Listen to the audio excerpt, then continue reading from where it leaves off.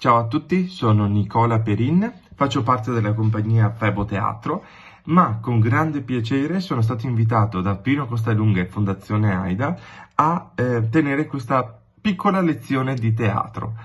Che cosa è importante per fare teatro? Una cosa importante, fondamentale, è saper usare l'immaginazione. Quella è strettamente indispensabile, perché se non so usare l'immaginazione non riesco a trasformarmi in un personaggio, se non riesco a immaginarmi che cosa farebbe quel personaggio, se non riesco ad immaginarmi quel che direbbe questo personaggio, non riuscirei mai a diventarlo, a calarmi nella parte. Quindi sono qui a proporvi un'attività. Una cosa semplice che però è molto importante e vi può aiutare ad allenarvi. Allora, quello che vi propongo è un dado raccontastorie. Importantissimo, importantissimo. Io lo utilizzo spesso, anche adesso che sono a casa e non posso recitare, lo utilizzo per tenere allenata la mia immaginazione. Dunque, come si utilizza un dado raccontastorie? Innanzitutto come si costruisce. In internet lo potete trovare tranquillamente, se vi fate dare una mano dai vostri genitori trovate il dado da scaricare da internet, lo tagliate, lo incollate e poi su ogni faccia di questo dado ci disegnate una figura. In questo caso vedete che c'è una chiave, c'è un robottino, un cavaliere, poi una mela, poi un veleno e un aeroplano, se non l'avevo già detto.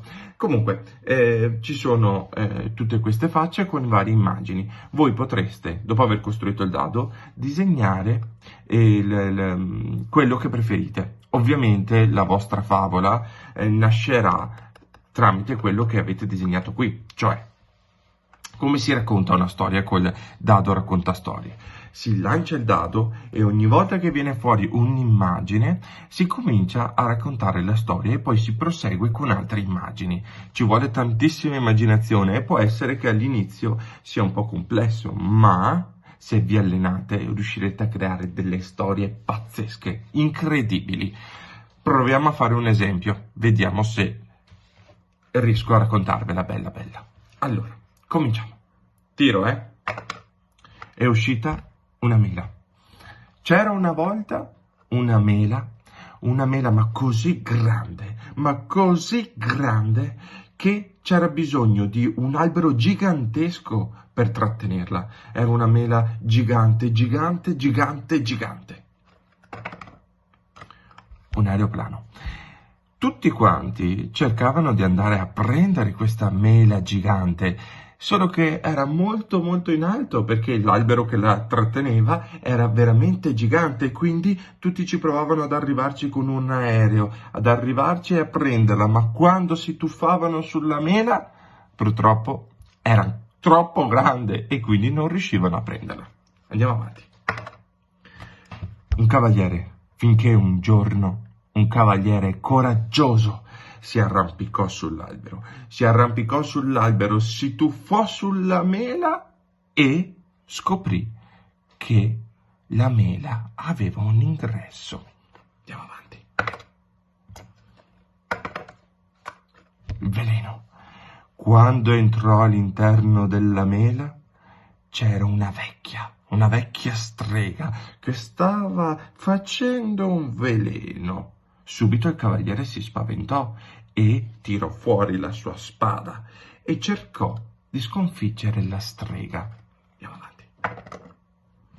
Un aereo. Per fortuna in quel momento arrivò un aereo e dall'aereo cadde un altro cavaliere e poi un altro e tutti entrarono all'interno della mela.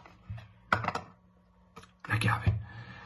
Tutti insieme riuscirono a sconfiggere la strega, riuscirono a prendere una chiave e tramite la chiave riuscirono a far cadere la mela dall'albero.